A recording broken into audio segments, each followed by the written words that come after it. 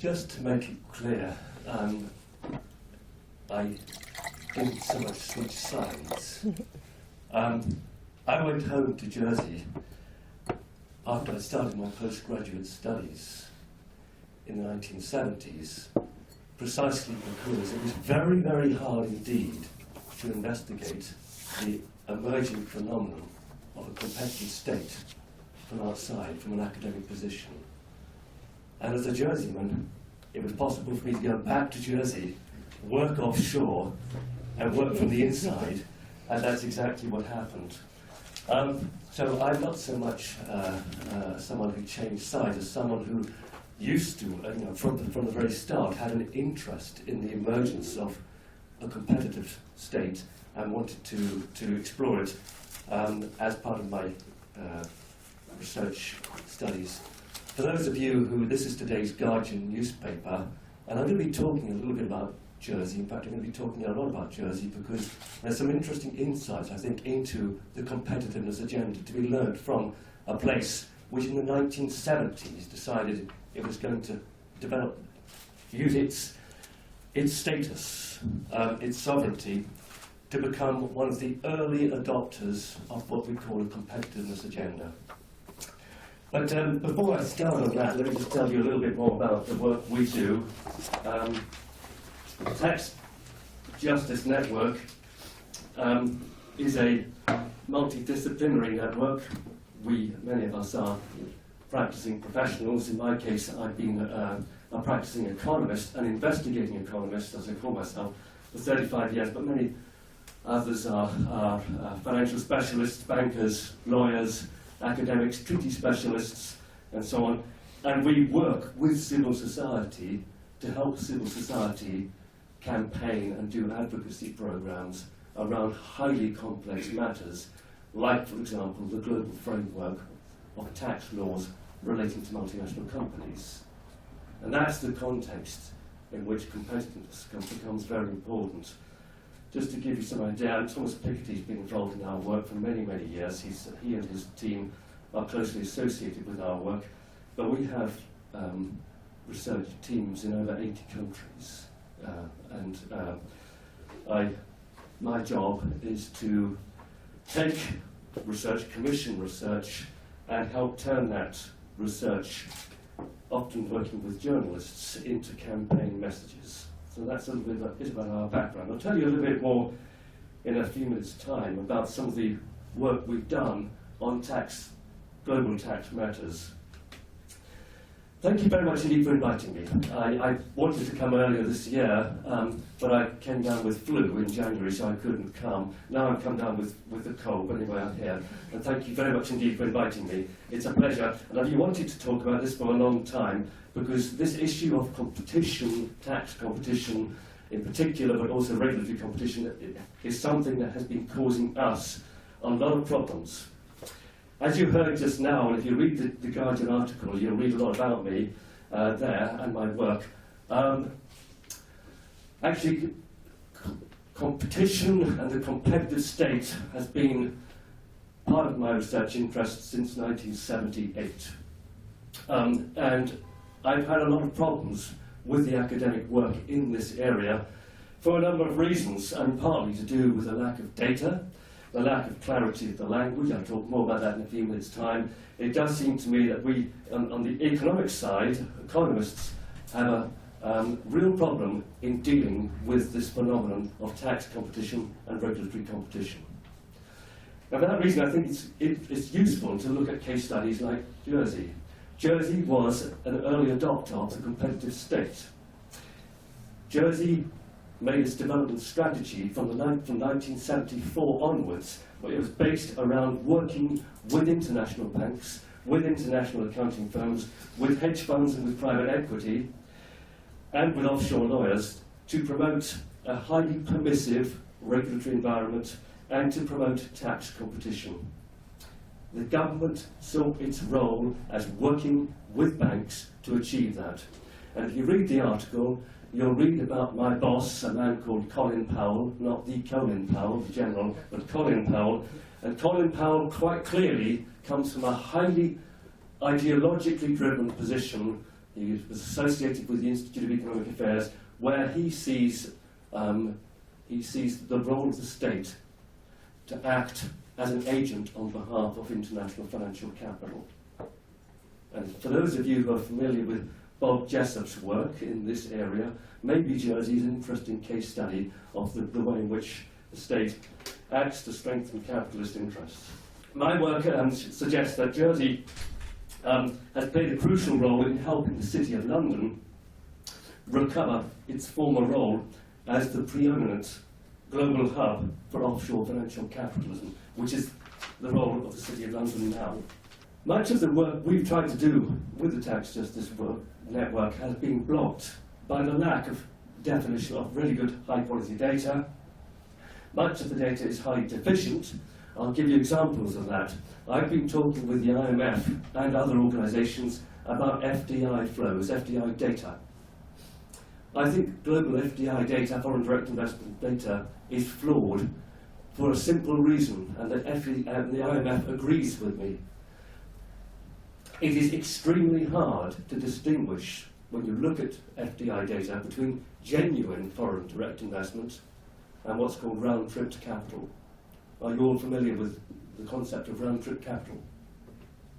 Well, for those of you who aren't, if you go offshore to a place like Jersey, you very quickly discover that a lot of the capital that's accumulated offshore and subsequently goes, in this case, let's sort of talk about going back to the United Kingdom, actually originated from the United Kingdom.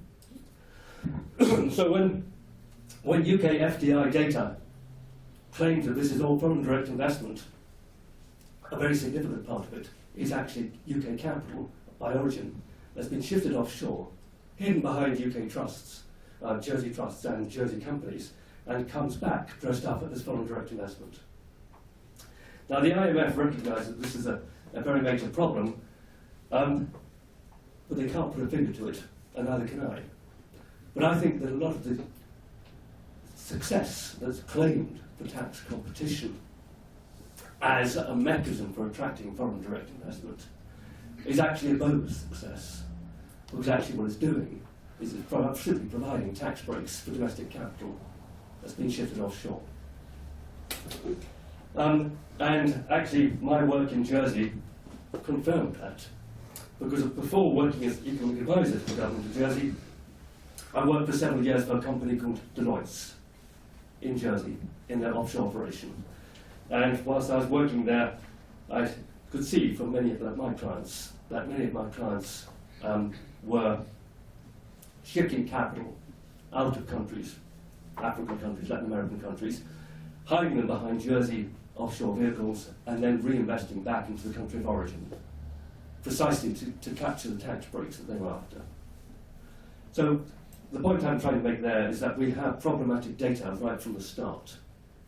And a lot of economists have been trying to model the success of tax competition as a mechanism for attracting foreign direct investment are not able to take account of that factor. The other factor that I've had a real problem with is the language. Tax competition, that's a political term. It's got very little to do with economics. Certainly got nothing to do with the economics of the microeconomics of the firm, where competition theory comes out of. And I think that presents us as campaigners with specific problems around how do we frame the language that we want to address this and to tackle the tax competition problem with. Because I know I work a lot with politicians, and it takes a very brave politician to start trying to argue against competition on a radio program and start dismantling the language. We've adopted a different term entirely. If you look at this chapter in a book which is about to be published, Oxford University Press are publishing that next month, we propose a very different word. It's a word that our German colleagues dislike. We prefer the word wars, tax wars, because in the English language, certainly in economics, we recognise the term currency wars. We recognise the term trade wars.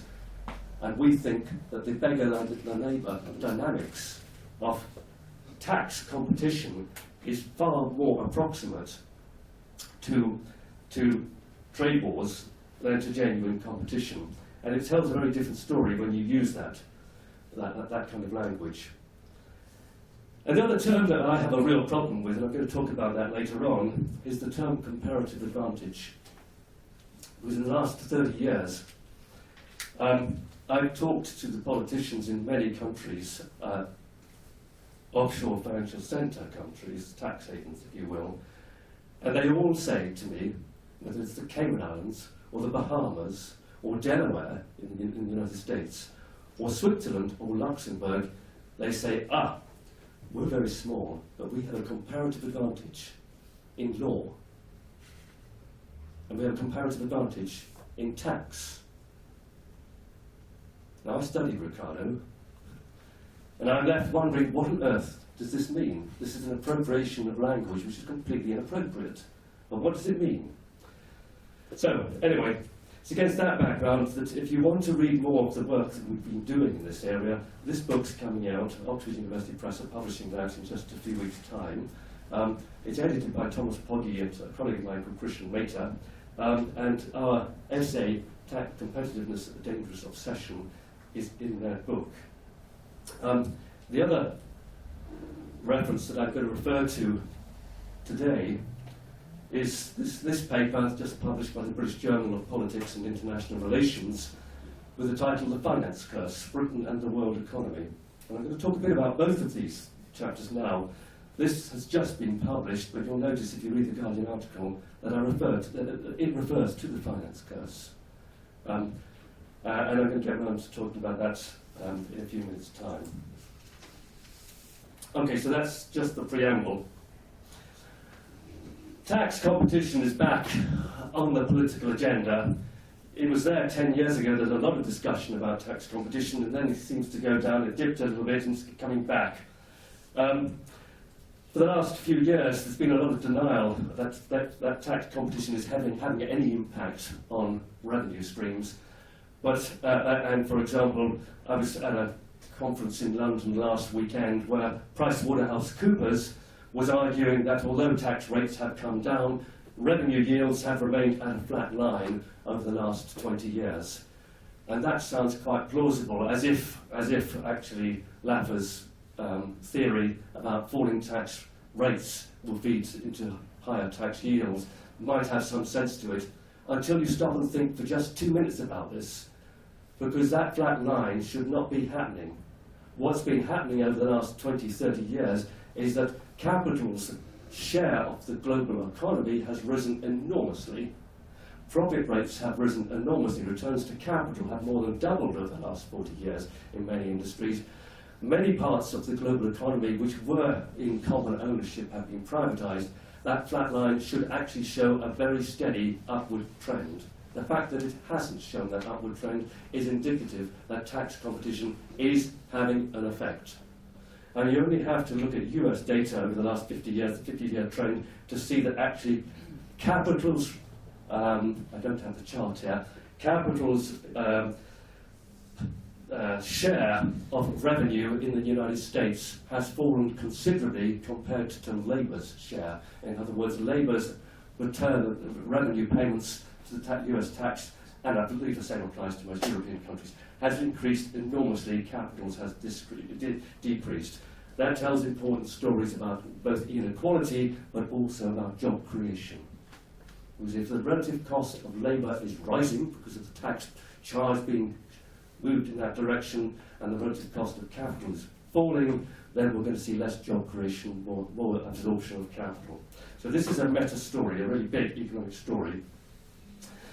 The evidence is mounting that lobbying pressure to give tax holidays, accelerated depreciation rates, preferential treatments, export processing zones and other incentives to investors in Africa, for example, is driving effective tax rates down to near zero, with subsidies in some cases taking the effective rate into negative territory.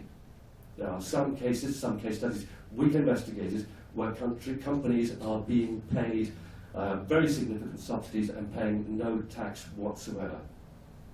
So we're moving into the era of genuine corporate welfare state.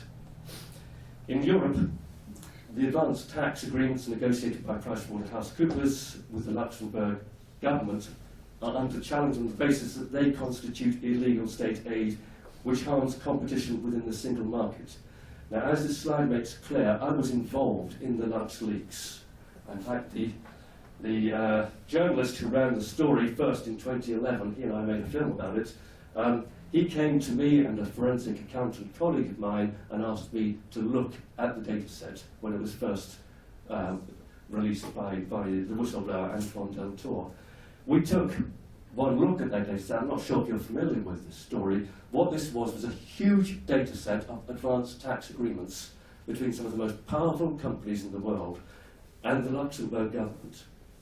Most of them related to interest payments, so they had offshore treasury units set up in Luxembourg. It was quite clear from even a very brief look. We looked at the data set for about 3 hours, and Richard and I concluded that the vast majority, if not every single agreement that we saw, constituted illegal state aid. And as you probably know, the Competition Commissioner has now confirmed in 2 cases, Starbucks and Fiat, that they did constitute illegal state aid. I would be very surprised if there's a single instance in over 700 companies which didn't constitute illegal state aid. At the same time, interstate competition in the United States, and I believe here in Europe as well, has been increasing steadily, with a huge variety of economic subsidies being available at state, county and city level. What we're seeing, and we've been monitoring this for a long time, is that you have this whole very shadowy group of people who call themselves location specialists or location consultants, who act on behalf of big business, going round to the city authorities, to the county authorities, to the state authorities, bidding one up against the other to see how much subsidy they can gain from the different authorities in different states. This book, by the way, is written by my colleague Greg Leroy, The Great American Job Scam, is a very, very interesting exploration of this. So if any of you are really interested in this subject and want to get into it deeper, do have a look. The figures are quite enormous. I'm not sure what that slide's doing there. Wrong position. Yes, following up from that, again in the United States, it's quite alarming that every single candidate for the Republican presidency at the moment has committed at one level or another to abolishing the corporate income tax entirely. That's where the Republicans want to go. They want to entirely abolish the corporate income tax. And importantly, they also want to abolish the Foreign Account Transparency Compliance Act, FATCA. Why do they want to do that? Because they want to turn the United States into the world's biggest tax haven, but also because this is a way of giving their banks and their big businesses a very direct and significant subsidy in their operations on the global market. If we look at the United Kingdom, Prime Minister David Cameron has committed to making Britain the leader in a global race to the bottom on tax. That's his commitment. And to pushing radical reform of the EU to increase state tax competitiveness. This is what he said just a couple of weeks ago, talking about his agenda for the European Union. We need to bring together all the different proposals, promises and agreements on the single market, on trade and on cutting regulation into one clear commitment that writes competitiveness into the DNA of the whole European project. And for this reason, because of this revival of political interest in competition, the competitiveness agenda, we think it's really important at the Tax Justice Network to start opening up a global conversation about the dangers that competitiveness poses for the rest of the world. Perhaps I could spend a few minutes, a bit of a deviation, telling you a little bit about why Tax Justice Network has not been working on competitiveness as much as I'd like to from the start. Until now, we've really been working on trying to make the global financial markets more transparent. That was our agreed strategy. We've worked on transparency in 3 key areas. First of all, we've worked on transparency of company accounting information. We called for a global country-by-country reporting standard, for multinational companies, precisely because we needed to have more information, better data about what companies were actually doing and how they were shifting their profits. You probably know by now that country-by-country reporting, which we originally drafted just as an academic exercise, has now become the global standard, and the Organisation for Economic Cooperation is developing a standard which, interestingly, was agreed and adopted by the French National Assembly last Friday, despite huge corporate lobbying to block this accounting information coming into the public arena. The French National Assembly voted convincingly last weekend to make this data public. In 2005, we also rejected the OECD's very impractical standard for information exchange and proposed a multilateral standard for automatic information exchange. Again, this is part of a transparency agenda, trying to make multinational companies more transparent and ensuring that that information was being shared between national authorities. The OECD is currently developing a common reporting standard for automatic information exchange on behalf of the G20. And in 2005, we called for new public registries of beneficial ownership of companies as a means of tracking corrupt transactions hidden behind secretive offshore companies. In 2013, G20 committed to taking action on this front as well. Why have we been concentrating on transparency? Precisely because the data we need to understand what's happening at the competitive level simply isn't there, and it will not be there until we have much greater transparency on things like company accounting and company ownership.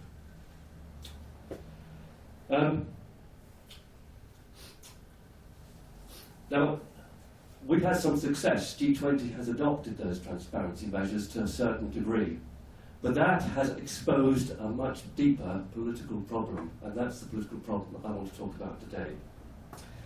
For several years, and particularly since we started our campaign of naming and shaming prominent tax avoidance, and you're familiar with the companies we've exposed, we did Google investigation, we did Amazon investigation, we did the Apple investigation, we did the Starbucks investigation, and a whole host of other investigations which have hit the national press. That has certainly had a massive political impact. However, won't it surprise any of you to know that multinational companies are kicking back against that. And they're not kicking back by saying, civil society shouldn't be working on this. They're kicking back in two ways. They recognise that public opinion in most countries is very strongly against their tax avoidance tactics. So they're using their lobbying efforts to, first of all, resist pressure for stronger international cooperation and regulation, and secondly, to deepen political commitment to tax competition. And that's the big worry. We run the risk of winning a struggle to roll back on tax avoidance, only to find that the companies will become more successful in driving a race to the bottom, abolishing the corporate income tax entirely, and continuing to push for more subsidies. And there's a great danger that is precisely what's happening. And I'm not alone in saying that, because the IMF were talking about that with me last week, and just a few weeks ago, Pascal Saint-Amans, who heads the OECD's work in this area, said, John, you must start taking tax competition much more seriously. So the big international organisations are clearly very concerned about this. On the tax side, it's increasingly clear that the ultimate goal of capital is to completely abolish the corporate income tax. And as I said, most of the Republican candidates for the US presidency have committed to achieving just that goal. Their political strategy is to target key allies in countries like Britain and the United States, and to degrade the corporate income tax to the point where it becomes politically viable to call for its complete abandonment. In response to that, we've issued a report at the end of last year on why keeping the corporate income tax is crucial to maintaining a balanced and equitable tax regime. Think about it for a second. If we don't retain the corporate income tax, it becomes impossible to tax capital. End of story.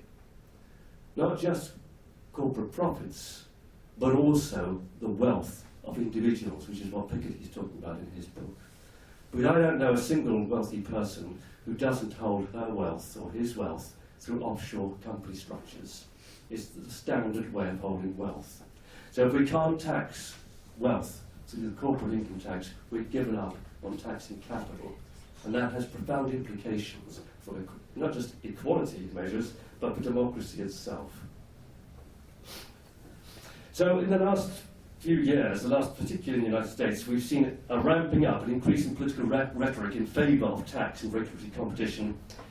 And we're seeing more and more articles in journals like the Wall Street Journal and the New York Times, and in the Financial Times, written by academics saying that tax competition is a jolly good thing, and that's the subject I want to address. Tax competition has been on our agenda since 2003, and some of our regional chapters have given this issue more priority than the Global Transparency Initiative. If we look, for example, at our chapter in Africa, Tax Justice Network Africa, this is the report they published earlier this year with ActionAid. They've been looking at regional tax competition in East Africa, recently West Africa, and they've been challenging their governments over the incentives they offer to multinational companies wanting access to their markets or to their resources. In almost all cases, these tax incentives, and see here, almost $6 billion just in 3 countries, that's the cost, serve absolutely no useful purpose whatsoever. You can talk to IMF economists and OECD economists. I don't think there's a single economist I've ever met who would say actually these are useful incentives. They're important to attracting investment. For example, I'm going to give you one example that I tracked. Why was one of the world's biggest gold mining companies given a 20-year tax holiday with profits on its mining operations in Ghana? The gold is in Ghana. It's not across the border.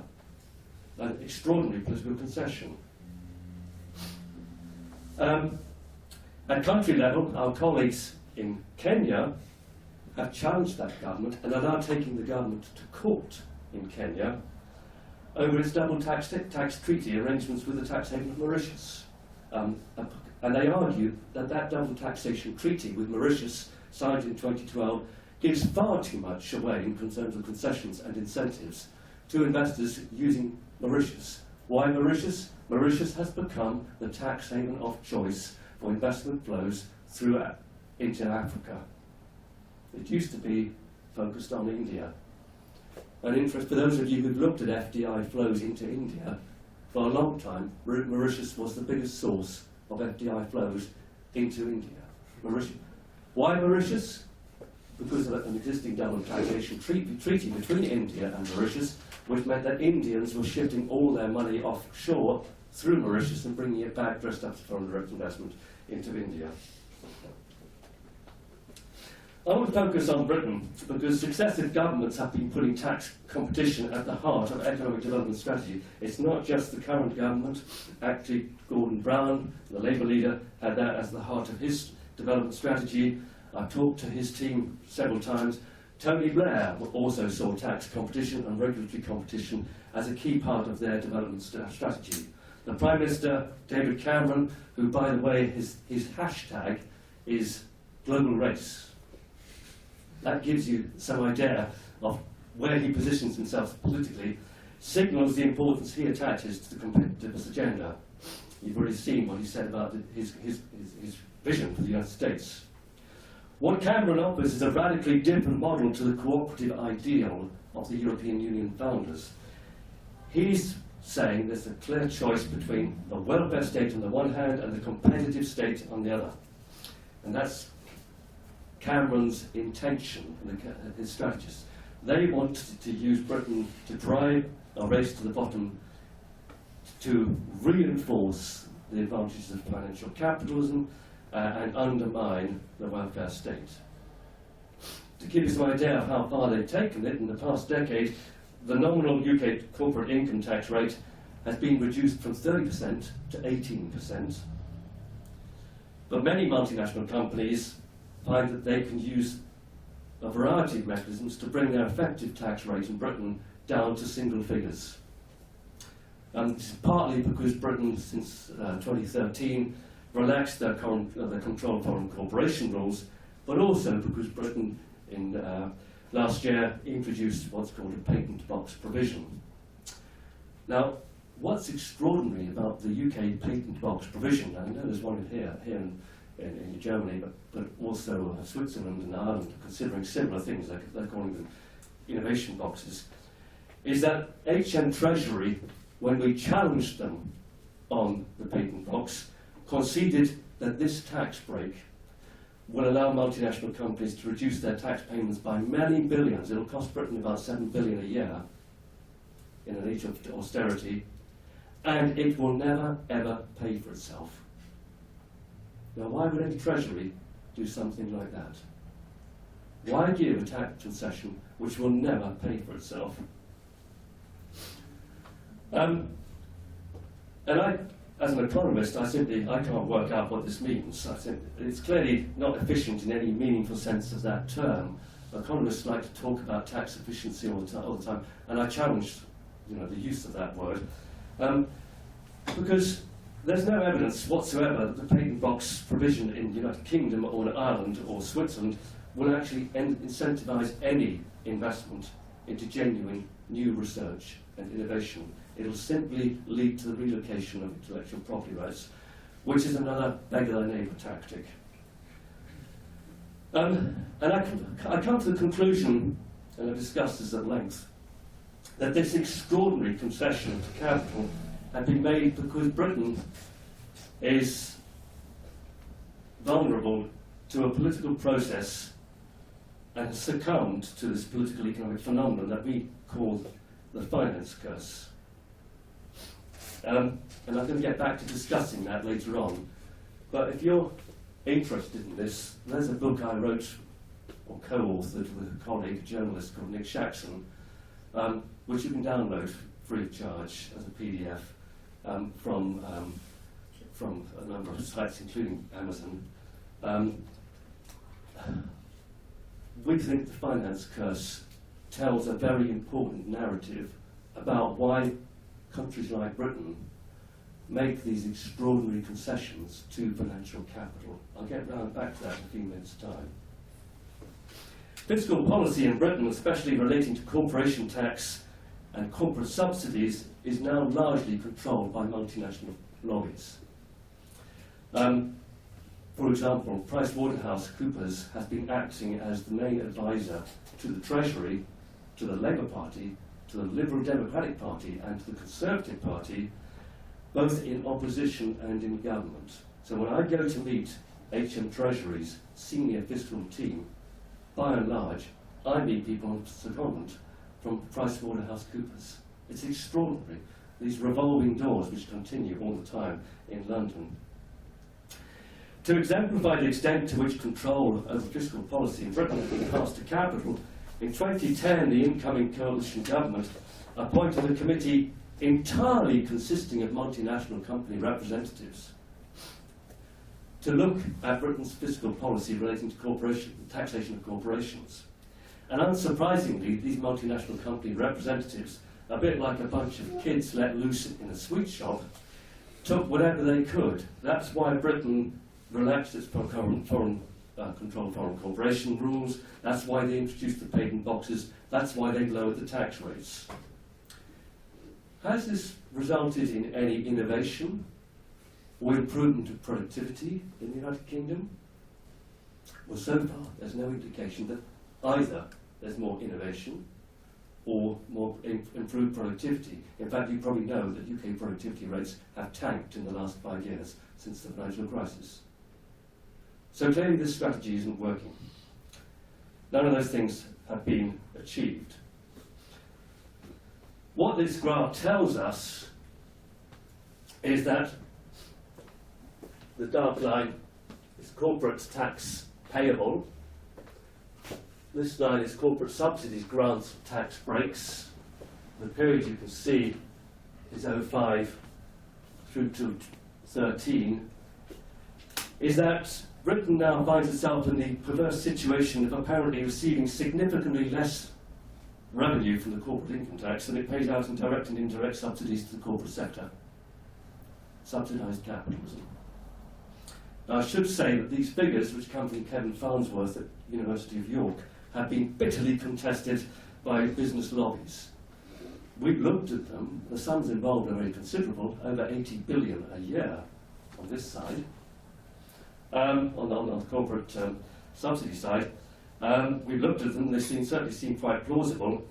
But this chart suggests that the general direction of travel of capitalism in the United Kingdom, and I suggest this is something that's happening elsewhere, the ability to free ride and to extract state subsidy is taking us in the direction of a corporate welfare state.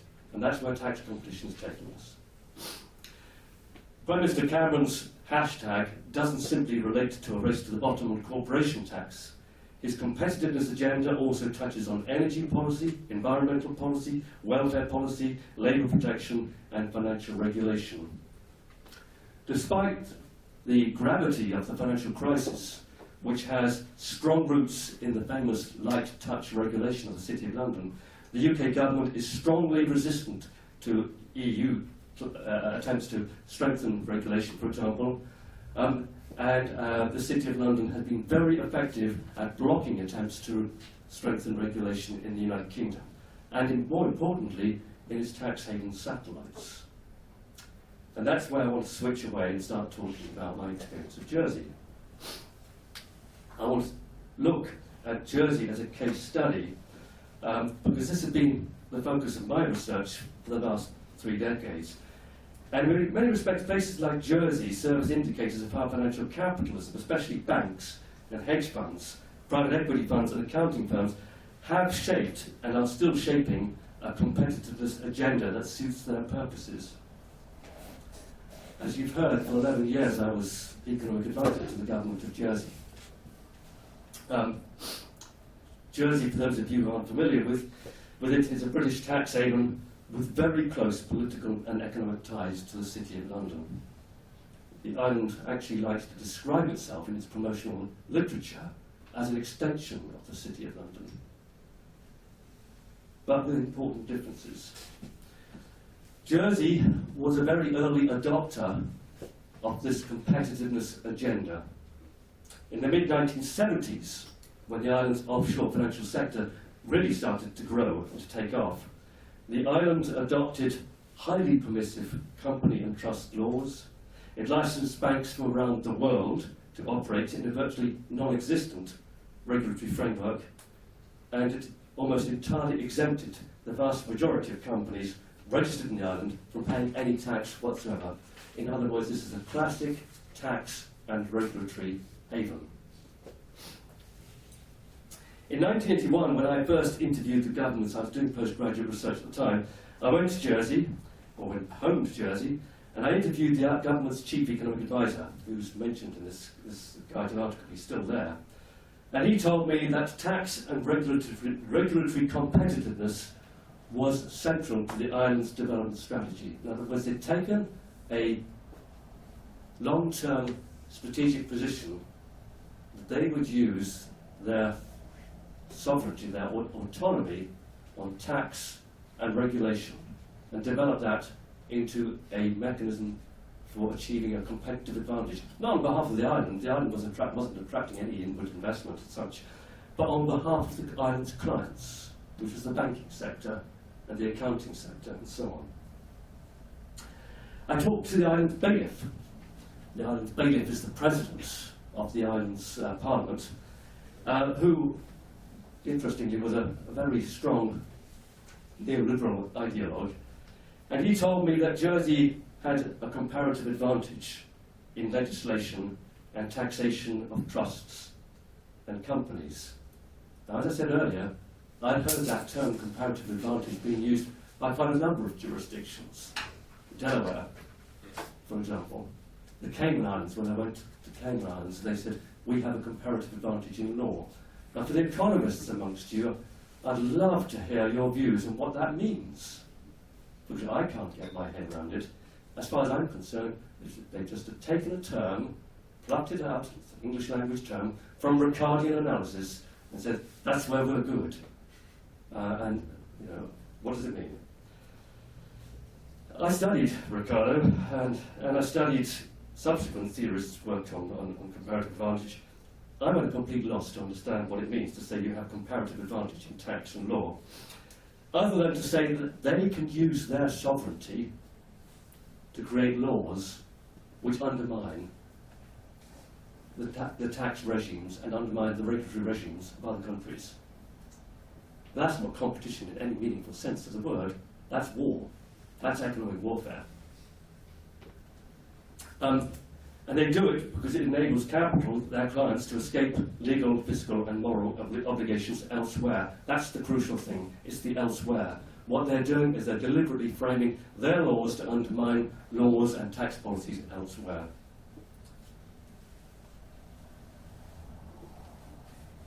Jersey's development strategy was never about attracting foreign direct investment into its pre-existing industries.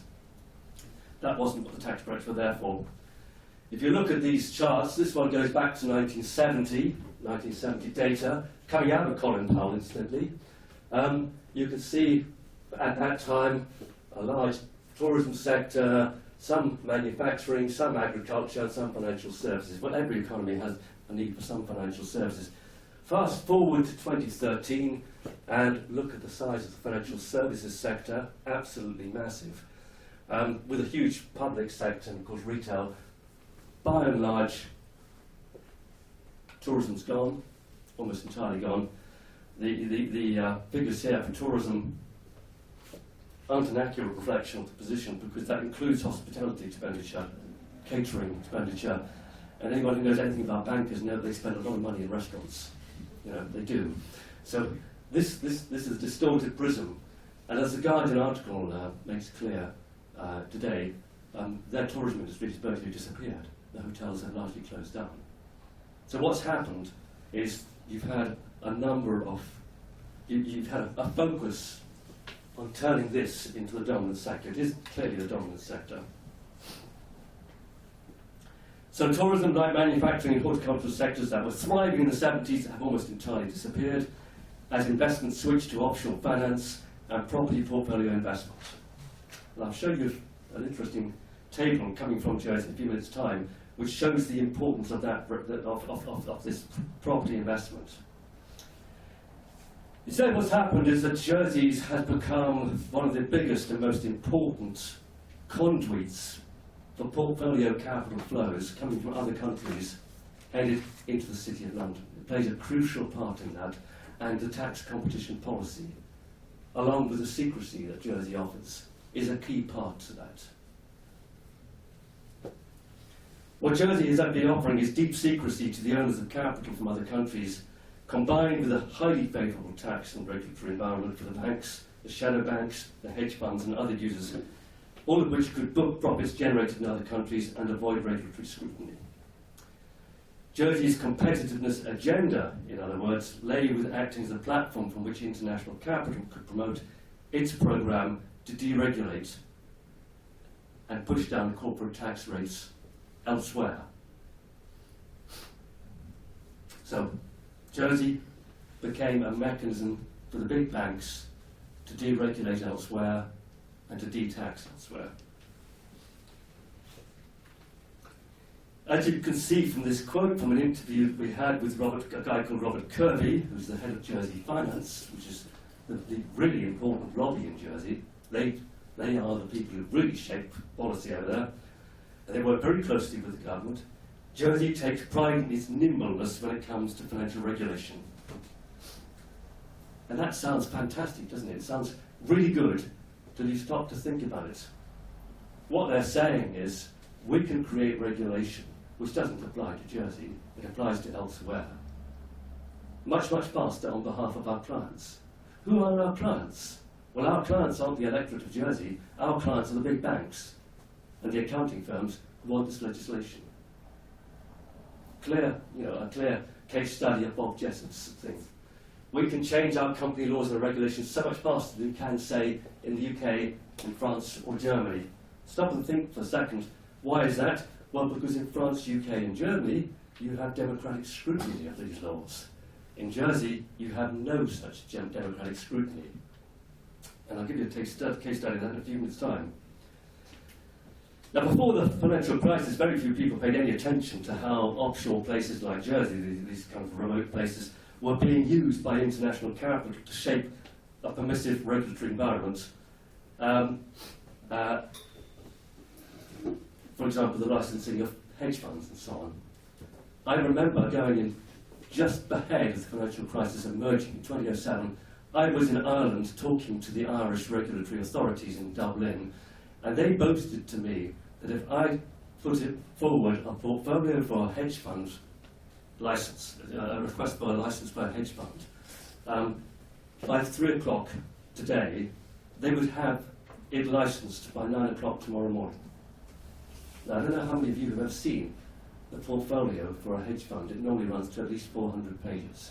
How could anybody seriously scrutinise 400 pages for a portfolio of a hedge fund in less than a few hours, less than, for 5 hours of working time? In other words, what they're saying is, we don't really regulate. We'll license you automatically. And that's what places like Jersey are offering. Nor, I think, have many academic researchers paid much attention to how the permissive measures adopted in Jersey might be transferred to the mainstream capital markets by using leverage on governments like the United Kingdom to degrade their own tax and regulatory regime in this race to the bottom, which is being led by tax havens like Jersey, operating on the margins of public scrutiny. What do I mean by operating on the margins of public scrutiny? Well, it's not just academics who are paying no attention to what's happening in these places. It's the media. Very, very few journalists have ever paid any attention to what's happening in the Cayman Islands, or the Bahamas, or Jersey, or Luxembourg. The focus was largely on what's happening in New York and what's happening in London or Frankfurt. You in Germany had your own experience, because many of the German banks that were so badly hit by the financial crisis in 2008 to 2009 were, of course, using Dublin as the place where they could achieve exactly the kind of regulatory permissiveness which they couldn't achieve in Frankfurt. The banks and shadow banks weren't the only agencies that had been driving this race to the bottom of this push for tax breaks and deregulation. I just want to very quickly take you through a case study that I was involved in. It was in the 1990s, whilst I was working as economic advisor to the government of Jersey. Two of the world's big accounting firms, Ernst & Young and PricewaterhouseCoopers, came to my office with a proposal, or rather they came to senior politicians in Jersey with a proposal to introduce a new limited liability partnership law. Now, at that time, both PricewaterhouseCoopers and Ernst & Young, both two of the big four accounting firms, globalized accounting firms, that time they were facing huge problems in the United States and in Europe over failed audits. They had a number of audit failures, and the partners ran the risk of losing all of their money because they were not limited liability partnerships. They were unlimited liability, and there was joint and several liability for the failures of their audit partnerships. And so they were urgently seeking to restructure themselves to enjoy limited liability protection of their partnerships. But they still wanted to enjoy the tax breaks that most countries offered to partnerships. The truth of the matter is that neither the United States government at that time nor the United Kingdom government were prepared to give them the laws that they wanted. So they approached a government, Jersey, which was far more amenable to their request. They'd already prepared the law, they drafted the law, which was highly permissive on matters like disclosure. And what they needed was a applied jurisdiction that could be an early adopter and could use it. They could use that to force other governments to play copycat. In other words, they wanted a weak government to be used to adopt the law so they could say to stronger governments, if you don't adopt this law, we will simply shift offshore to Jersey. And their approach was quite blatant about this. I talked to the UK government, and the UK government said, we do not want this law because we want much tougher regulation. Nonetheless, the government of Jersey adopted this very permissive limited liability law, and Ernst & Young and PricewaterhouseCoopers then went ahead and threatened the UK government that they would relocate their headquarter operations out of London to St Helier. In other words, they used the adoption in Jersey as leverage to force regulatory degradation in the United Kingdom. That's exactly what happened. And later, in the international accountancy press, partners from Ernst & Young and PricewaterhouseCoopers, they boasted about their success in forcing through legislation in Jersey, which would then force the United Kingdom government to participate in a regulatory race to the bottom. And there's just one simple case of how these tiny offshore places are being used as political levers to degrade regulation across the world. Now, the reason that PricewaterhouseCoopers and Ernst & Young could successfully use Jersey as a legislative battering ram to force regulatory and tax competition onto other states is because Jersey is an extraordinary case study of this phenomenon of the finance curse. Now, I imagine the political economists amongst you will be familiar with the resource curse, the idea of the resource curse. Are you familiar with this? There's a huge literature around the subject of the resource curse, which affects oil and gas exporting countries.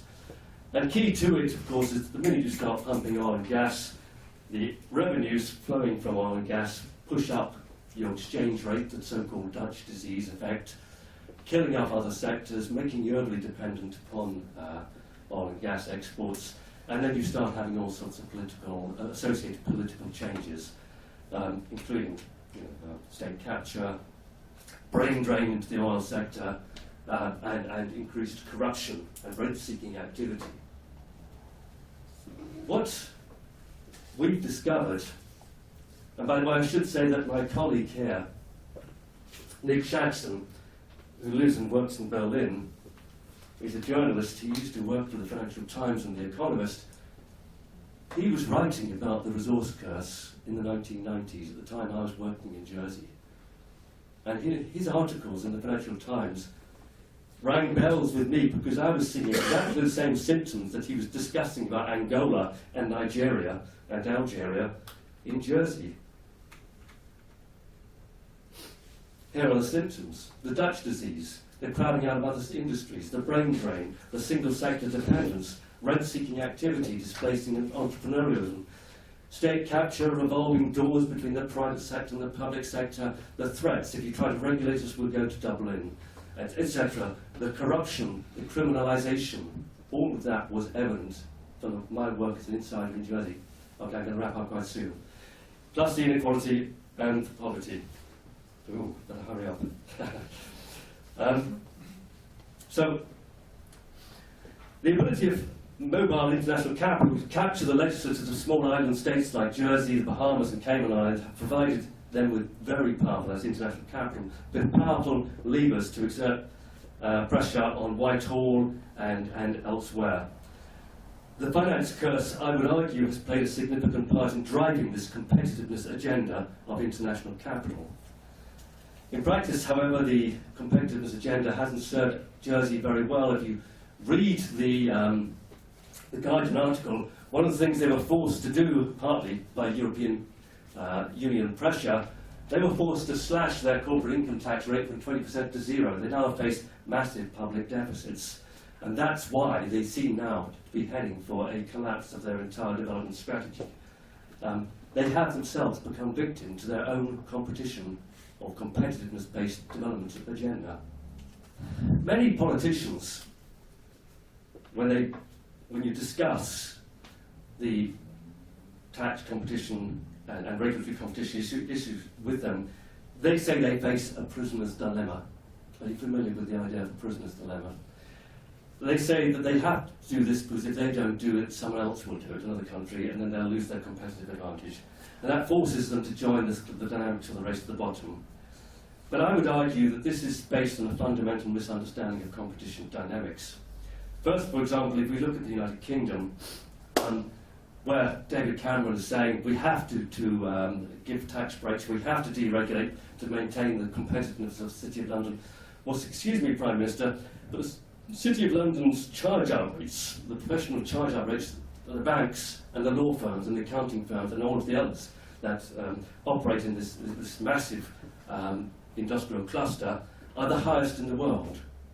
If you really want to help them improve competitiveness, perhaps you should suggest that they cut their fee rates, because that's normally how you maintain competitiveness in a capitalist society. But they're not prepared to cut their fee rates. So what they're pushing for all the time is more state subsidy, either direct or indirect.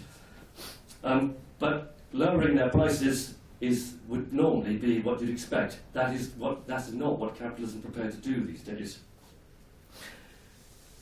What they're wanting is tax and regulatory competition to effectively subsidise capital, but it's transferring wealth from one set of actors, namely labour and consumers, to capital. And the interesting thing is that there's no signs that this benefits the UK economy as a whole, and our finance curse analysis suggests exactly the opposite. Far from facing a genuine prisoner's dilemma, most politicians are captive to an ideological belief that the drive for competitiveness forces governments to cut taxes on mobile capital, which might otherwise migrate. Therefore, tax cutting is virtuous since it attracts or retains investment, which stimulates growth. That's the argument. But that argument is circular. And it can only lead to the conclusion, which is what they draw, that tax competition therefore is beneficial. But it's based on a false assumption. In reality, genuinely productive investment, as opposed to portfolio investment flows, seeks out factors such as resource availability, infrastructure provision, labour productivity, and other things, and tax breaks come a long, long way down the investment criteria, as Paul O'Neill, the former US Treasury Secretary, confirms. So I think that in practice, countries really wanting to attract foreign direct investment into productive activity do not need to engage in this tax competition, regulatory competition. From our perspective, tax competition pressures pose particular threats to investment, job creation, innovation, and social sustainability. Race to the bottom dynamics are distorting investment flows by encouraging chief executive officers to engage in bidding wars between states to see which will offer the highest rate of effective subsidy. Far from investment flowing to where it's most productive in the true economic sense, which is the core of globalization theory, it flows to wherever capital can achieve the highest rate of post-tax and subsidy profitability. In the process, taxes are being shifted onto labour, reducing job creation and increasing inequality. Now this essentially rent-seeking behaviour of capital clearly undermines and destroys the logic of David Ricardo's argument of cross-border trade. And furthermore, because tax competition is biased in favour of multinational companies, all the preferential measures are targeted at multinational companies, this allows them to undercut their small and medium enterprise rivals on a factor, tax, which harms innovation, harms job creation, and harms consumer choice. And so, finally, to wrap up, it's clear from the limited research that we can do that gross foreign direct investment benefits to developing countries from cutting taxes are limited, while the revenue costs are substantial. In many instances, attempts to measure the effectiveness of tax cuts in attracting foreign direct investment have failed precisely because the economists trying to do this failed to distinguish between genuine foreign direct investment and round-trip capital flows. Tax incentives targeting foreign direct investment have had the perverse effect of encouraging domestic capital to go offshore and then return dressed up as foreign direct investment to secure the preferential tax treatment and the opportunities for tax avoidance that multinational companies can achieve. For developed economies, the available research literature gives us claims and counterclaims, and in some cases, deliberate obfuscation of the effectiveness of tax cuts in attracting foreign direct investment. I've looked at many economic studies of how tax competition attracts foreign direct investment, they tell a very mixed stories. Judging from the data which we've been able to extract, it seems likely that tax levels have a somewhat neutral effect on economic growth. And that's consistent with the view that taxes represent a transfer within an economy rather than a deadweight cost. I hope you can see this. This looks at average government revenue as a percentage of GDP between 1989 to 2011, and that looks at the growth of real GDP per head at PPP. That, when I talk about revenue, I'm talking about tax. And there's no clear pattern. You can't see that the low tax countries are in any way achieving a higher rate of growth of GDP per person than the high tax Scandinavian model. And I think that's entirely consistent with what we'd expect. And it's consistent with the view that taxes represent a transfer within an economy rather than a deadweight cost, which I fear is what many economists treat tax as, a deadweight cost. Now this year, Tax Justice Network, working in cooperation with Warwick University in Britain, have started a new initiative. We call it Fool's Gold, that's the front page of the website, to build a thorough intellectual critique of competitiveness and to argue an alternative to the prisoner's dilemma argument that encourages politicians of the right to push for tax cuts and deregulation, whilst those on the left surrender progressive tax policies to the supposedly overwhelming forces of globalization. We want to create a new narrative. And we're hoping that some of you might be interested in working with us on this. We need to have a truly global research base to look more deeply at whatever data is available and to perhaps critically examine some of the claims that are made. We hope that a large coalition of researchers and activists can be built around a program of policies that will bring all stakeholders of capitalism back under the control of democratic decision-making. Because without a framework for tackling tax competition and regulatory competition at both the national and international levels, it's inconceivable that we will be able to bring capital back into the social contract and to renew the relative bargaining power of labour and capital on a more equitable basis. By the way, Peter Deitch's new book, which was published last month on this subject, I think talks about this at great length. I've got a copy of it here, but you can buy the book. This is a very interesting exploration of the extent to which tax competition is undermining democracy. So I'm going to stop there. Thanks for listening. I hope it's been of some interest to you, and I look forward to your questions and comments.